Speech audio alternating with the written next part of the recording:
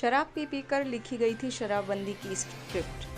केंद्रीय मंत्री अश्विनी चौबे शुक्रवार को कैमूर जिले के भभुआ पहुंचे। सर्किट हाउस में प्रेस वार्ता के दौरान केंद्रीय मंत्री अश्विनी चौबे ने कहा, बिहार में शराबबंदी से मौतें हो रही हैं और बिहार में शराब को रोका नहीं जा रहा। कैमूर पहुंचे केंद्रीय मंत्री अश्विनी चौबे ने शराबबंदी को लेकर बिहार सरकार पर सवाल उठाया है। उन्होंने इसके लिए पूरी तरह से सरकार को दोषी माना है और आरोप लगाते हुए कहा, शराब पी कर स्क्रिप्ट लिखा गया था। शराबबंदी के कारण लगातार जहरीली शराब से बिहार में मौतें हो रही हैं। अगर बीजेपी का शासन आया तो 2025 में तो लोगों को अमृत पिलाया जाएगा।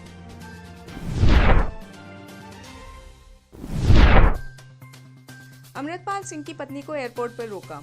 भगौड़े अमृतपाल सिंह की पत्नी किरणदीप कौर को गुरुवार को अमृतसर एयरपोर्ट पर रोके जाने पर श्री अकाल तख्त के जत्थेदार ज्ञानी हरप्रीत सिंह ने नाराजगी जाहिर की है। उन्होंने कहा कि अमृतपाल सिंह की पत्नी को इस तरह रोका जाना ठीक नहीं है। सरकार को इस बारे में जरूर सोचना चाहिए। अमृतपाल सिंह की पत्नी को अपने घर जाने से रोकना ठीक नहीं है। ज्ञानी हरप्रीत सिंह ने कहा कि सरकार ऐसा माहौल क्यों बना रही है।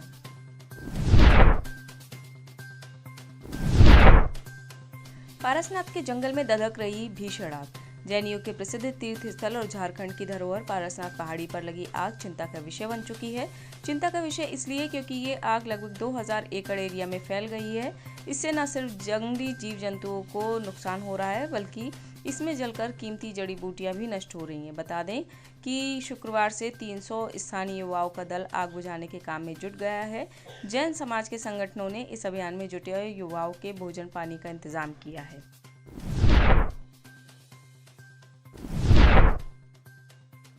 पीएमएवाई ग्रामीण मामले में विभाग एक्शन में। बिहार सरकार ने प्रधानमंत्री आवास योजना ग्रामीण के 2.21 लाख लाभार्थियों को उनके खाते में प्रशासन द्वारा पूरी राशि भेजे जाने के बाद भी मकान का निर्माण पूरा नहीं करने को लेकर नोटिस भेजे हैं। इस योजना के तहत 1.20 लाख रुपए दिए गए हैं। राज्य सरकार के ग्राम विकास विभाग ने लाभार्थियों के खातों में पूरी राशि जमा किए जाने के बाद भी मकान का पूरा निर्माण सुनिश्चित नहीं करने के लिए 347 सरकारी कर्मचारियों के खिलाफ विभागीय कार्रवाई भी शुरू की है। इसमें 309 आवास सहायक और 38 आवास पर्यवेक्षक शामिल हैं।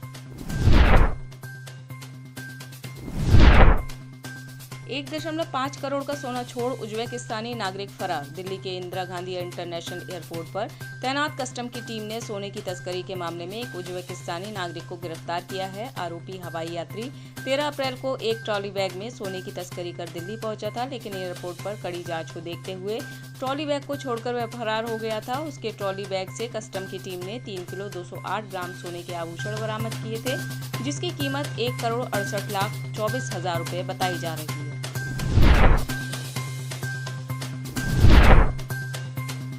मुकेश गोयल होंगे मेयर चुनाव में पीठासीन अधिकारी। मुकेश गोयल दिल्ली मेयर चुनाव में पीठासीन अधिकारी होंगे। सीएम अरविंद केजरीवाल ने मुकेश गोयल के नाम को मंजूरी दे दी है। पीठासीन अधिकारी सदन का सबसे वरिष्ठ पार्षद होता है। सीएम ऑफिस ने फाइल एलजी दफ्तर को भेजी है। अगर एलजी को मुकेश गोयल के नाम पर आपत्ति हुई तो फाइल उन्हें राष्ट्रपति को भेजनी होगी। 26 अप्रैल को दिल्ली में मेयर का चुनाव होना है। 24 करोड़ की फर्जी स्कॉलरशिप डकार गए कॉलेज। मध्य प्रदेश में 24 करोड़ का छात्रवृत्ति घोटाला करने वाले पैरामेडिकल कॉलेजों पर सरकार जमकर मेहरबान है। हाई कोर्ट के आदेश के बावजूद इनसे अभी तक सिर्फ 4 करोड़ की वसूली हो चुकी है। केवल 4 करोड़ की वसूली हो सकी है। हाई कोर्ट में दायर याचिका में आरोप लगाया गया है कि अधिकारियों और कॉलेजों की मिलीभगत से वसूली में ढिलाई बरती जा रही है। अब मध्य प्रदेश हाई कोर्ट ने इस मामले में सख्त नाराजगी दिखाई है। दरअसल राज्य सरकार की ओर से गुरुवार को हाई कोर्ट में जवाब पेश कर बताया गया कि घोटाले के 24 करोड़ में से सिर्फ 4 करोड़ की राशि वसूली जा सकी।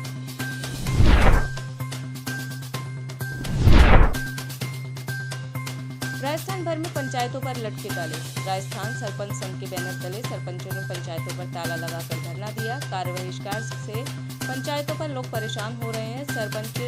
राजस्थान सरपंच संघ के प्रदेश प्रवक्ता रफीक पठान ने बताया कि सरपंच 13 अप्रैल से आंदोलन कर रहे हैं। उपखंड और कलेक्टर कार्यालय पर मांगों के समर्थन में प्रदर्शन कर ज्ञापन सौंपा गया। जयपुर में ग्रामीण विकास एवं पंचायत राज मंत्री रमेश मीणा, प्रमुख शासन सचिव उषा शर्मा, अतिरिक्त मुख्य सचिव अभय कुमार सहित अन्य अधिकारियों को मांग पत्र सौंपा गया।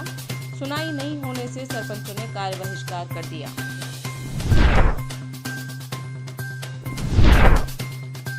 बाबूलाल कटारा के बेटे को एसओजी ने उठाया। राजस्थान लोक सेवा आयोग की ओर से आयोजित वरिष्ठ अध्यापक शिक्षक भर्ती के पेपर लीक के जांच का दायरा बढ़ता ही जा रहा है। इस मामले की जांच कर रही एसओजी आयोग की गिरफ्तार सदस्य बाबूलाल कटारा के परिवार के सदस्यों की भी जांच कर रही है। पहले उनके भांजे विजय डामोर और ड्राइवर गोपाल की गिरफ्तारी के बाद अब उनके बेटे डॉक्टर दीपेश कटारा और उसके शिक्षक दोस्त गौतम कटारा को पकड़ा है। पूछताछ के बाद दोनों को गिरफ्तार किया जा सकता है।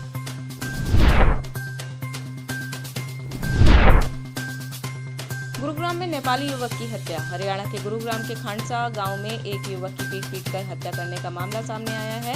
हत्या के मामले में पुलिस ने एक मंदिर के पुजारी समेत 2 लोगों को गिरफ्तार किया है, जबकि तीसरा आरोपी अभी फरार बताया जा रहा है। पुलिस ने जानकारी देते हुए बताया कि घटना बुधवार को बनी वाला मंदिर में हुई, जहां एक पुजारी और उसके 2 सहयोगी ने पीड़ित को बरगद के पेड़ से बांधकर लाठियों से उसकी पिटाई की, जिससे उसकी मौत हो गई।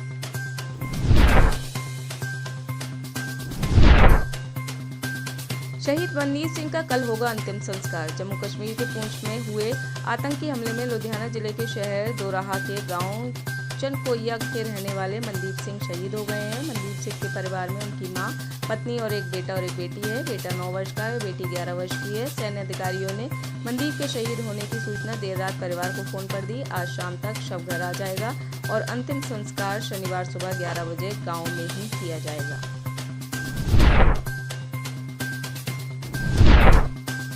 अडानी के पास शरद पवार से मिले संजय राउत। शिवसेना के नेता संजय राउत ने मुंबई में एक बयान में कहा, हमारी बैठकें होती रहती हैं। मैंने कल शरद पवार साहब से मुलाकात की और हमारे बीच बहुत से विषय और महाराष्ट्र में जो चल रहा है उस पर चर्चा हुई। एनसीपी में जो चल रहा है ये उनका आंतरिक मामला है। उद्धव ठाकरे गुट के नेता संजय राउत ने कहा, वे विपक्ष को दबाना चाहते हैं और राजनीति में शामिल होना चाहते हैं।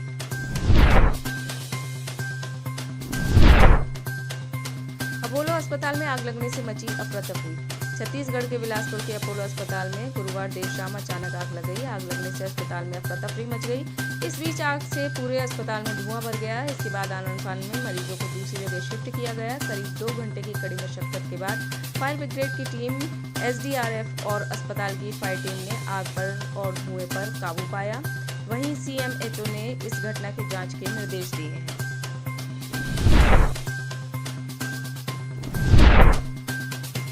जमीन घोटाले की जांच दूसरे जिलों तक भी पहुंची। प्रवर्तन निदेशालय ने कोलकाता में जमीन के फर्जी कागजात तैयार करने और बेचने के आरोपों में रिम्स के 3rd ग्रेड कर्मी अफसर अली और अन्य 6 आरोपियों से पूछताछ की थी। इस पूछताछ के बाद घोटाले की जांच झारखंड के दूसरे जिलों में भी फैल गई।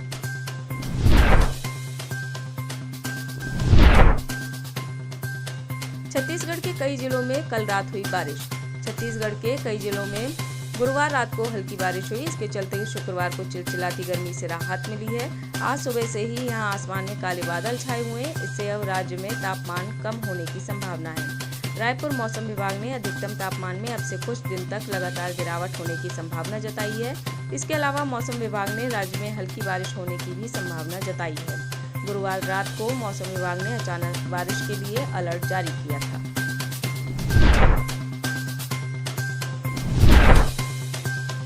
दक्षिण अफ्रीका में अंधाधुंध फायरिंग। दक्षिण अफ्रीका के पीटरमैरिट्सबर्ग शहर में गोलीबारी की घटना सामने आई है। इस गोलीबारी में 10 लोगों की मौत हो गई है, जबकि कुछ लोगों के गंभीर रूप से घायल होने की भी खबर है। पुलिस के अनुसार हमलावरों ने एक ही परिवार के 10 लोगों को निशाना बनाया है। मृतकों में 7 महिलाएं और 3 पुरुष शामिल हैं। घटना के बाद से इलाके में दहशत का माहौल है। गोलीबारी की घटना को अज्ञात हमलावरों ने अंजाम दिया है, जिनकी पड़ताल जारी है।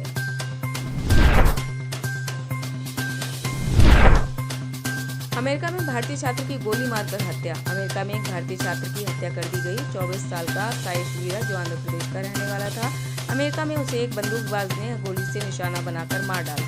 यह घटना ओहायो के कोलंबस शहर में हुई। अमेरिकन पुलिस के बयान में कहा गया कि भारतीय छात्र पर जानलेवा हमला होने की वजह फिलहाल सामने नहीं आई है। पुलिस का कहना है कि हत्यारे की तलाश की जा रही है। पुलिस ने बताया कि यह वारदात 20 अप्रैल को ओहायो को कोलंबस शहर में अंजाम दी गई थी।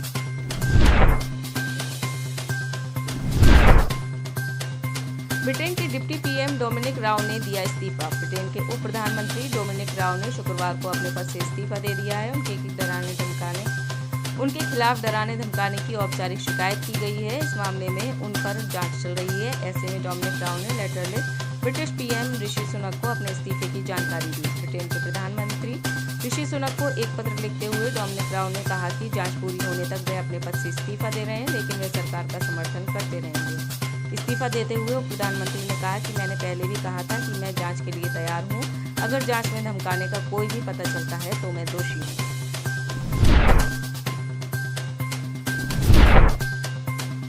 जैक डोर्सी ने एंड्रॉइड पर नया ऐप लॉन्च किया। ट्विटर गुरुवार को दुनिया के बड़े-बड़े लोगों के अकाउंट से ब्लू टिक हटा चुका है।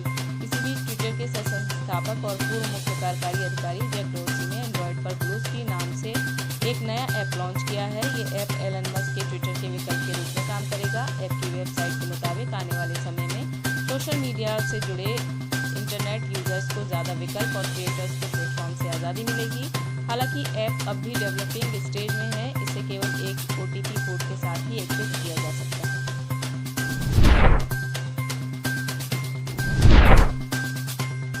इंडोनेशिया में फिर आया शक्तिशाली भूकंप। इंडोनेशिया के करीब मोलुक्का सागर में शुक्रवार को एक बार फिर शक्तिशाली भूकंप के झटके महसूस किए गए हैं।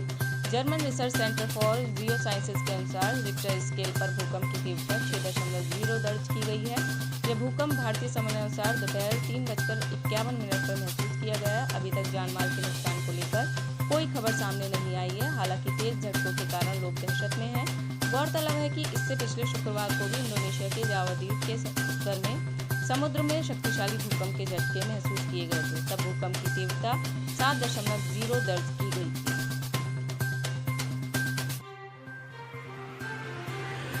आप इस खबर के बारे में क्या सोचते हैं, हमें कमेंट सेक्शन में बताएं। साथ ही ब्रह्मास्त्र न्यूज को सब्सक्राइब और शेयर भी जरूर करें।